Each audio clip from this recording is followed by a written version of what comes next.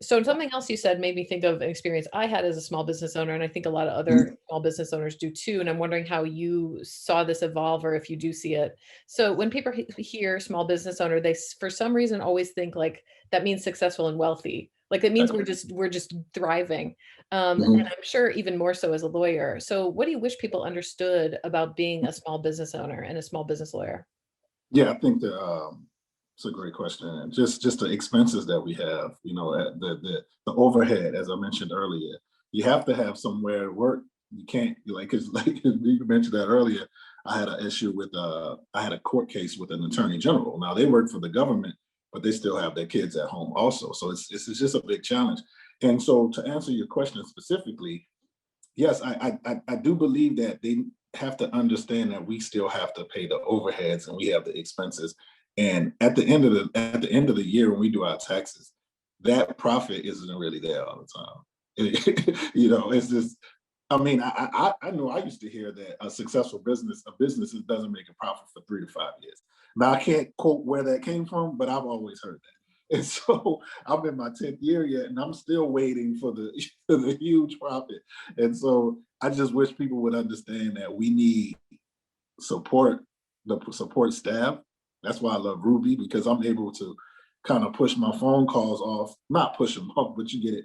People want to hear a live voice. I mean, that's definitely a business model. That's why it's great. And I don't have time to answer the phone all the time. That's one thing I will say too. Not even a financial thing. People think because you have your own business, you're an entrepreneur, you have all this time in the world to talk or to handle this or to answer this question or to be flexible with the prices and with the payment plan. Oh, like you said, you're a lawyer, you have all this money, just give me a break. But no, it's not. That's not the actual factuals. No, and from the work you do, it's obvious that you do it, and there's so many lawyers who do it because they believe in it. They believe in the work, Mhm. they believe in the people and the representation that they can offer, which is Exactly. people forget about. Mhm. Um, so what has changed about you, the way that you physically work day to day now with COVID? Well, I'm working from an office, but it's not my home. And so that's different. And then we don't go to court.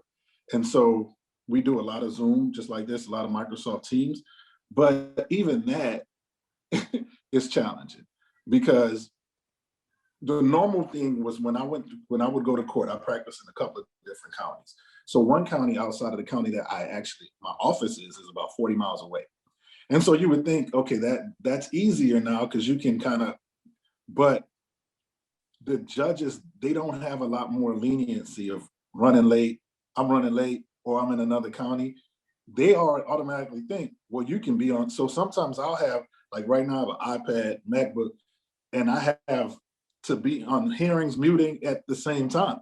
And it's almost like not only do you have to be an attorney, you have to have great technology. Also, you have to have high speed internet because they don't want you in a hearing where it's buffering and all that. So, and that's an increase in cost. Like I mentioned, I'm blessed to have two computers. I know it may be some lawyers, business owners that can't even afford that. And your tech, the thing is, you have to have good technology. You can't just have a computer these days because you have to have a computer with great access, high speed internet, no cookies popping up and all of that. Like you have to have the best Zoom, and it's the technology and the cost has just drastically went up. That's incredible. It's something I didn't think about of the needing, Mhm. now that everybody thinks, well, you're just always available because you're in one place. I didn't think about what that would mean for lawyers of this Oh, constantly being on sort of a feeling, whereas before, you could have been driving to court or from court or take some phone calls in the car or whatever. That seems like it must all be gone now.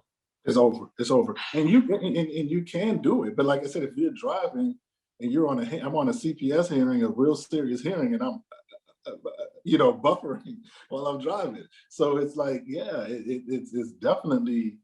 I mean, it's challenging. It is really challenging. I do think that it can be efficient, but it won't be efficient for another year or two because I do like the fact that I can log on and I don't have to go to a 5 minute hearing 40 miles away. I do like that. But at the same time, you definitely have to be prepared for that with the technology and the time management and things of that sort. And like you said, not having my kid in the background on his Zoom class or his Microsoft class. Yeah, that's a whole thing. Yes, yes, yes.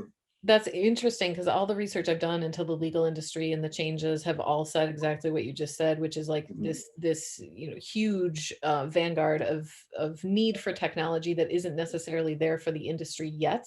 And so everybody's just kind of band-aiding solutions together until something better appears or somebody learns how to do things better. But that's I mean, that's a major pillar of our country, the legal system that is Mhm. operating this way. It's Yeah, incredible.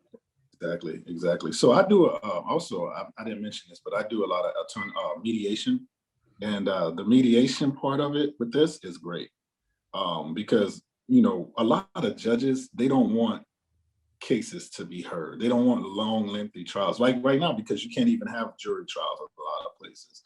So we can get it taken care of in the mediation part or the arbitration part outside of court. I think that's going forward. I think a lot of judges in the legal industry will start pushing more on that end of it. And but that you have to have great technology because when I first tried to do my first one, I didn't even know how to put people in different rooms and because it's confidential. So if you mess up and have somebody, a dad in a room and hears something that mom says that's supposed to be confidential, that's a major, that may be an ethical violation. So yeah, I mean, I hate to keep harping on the technology and having it. I'm almost wanting to hire someone like to come in and make sure everything is good. So, last question. So you've mentioned some things that have had to change and some things that you've found solutions for, but in this last year, are there changes and realizations that you're glad have come about, or solutions that you found, or things that are really working that you hope never change? Yeah, I love the DocuSigns of the world, the Dropboxes, the iClouds, going I would I had a young associate. I'm 43, so I had a young associate who's in college. She's like 19. She would always laugh at me because I have a whole stack of like papers. And she's just like, you need to learn Dropbox and Google, what's it called? Google's Teams. I don't know. I don't even know. But yeah, I love that. I complain about the technology, but I love it because once you have the good technology where I could look up a case on my phone at dinner or everything's connected with the iPad, the iPhone, and everything's connected and they're uploading it at the same time. But as far as the apps, the Zoom and the DocuSign has been great, especially the DocuSign. The DocuSign is just a hidden gem that is just I do think that company, everybody invests a lot of money in that company because I don't think they're going anywhere anytime soon. Just think that just the business that you guys have, it's been great for me personally. This is my second time speaking with someone from your organization, and the level, I don't know if I would have made it. And this is not commercial or whatever for Ruby, but I wouldn't have made it without having Ruby. And that's the technology side of it too.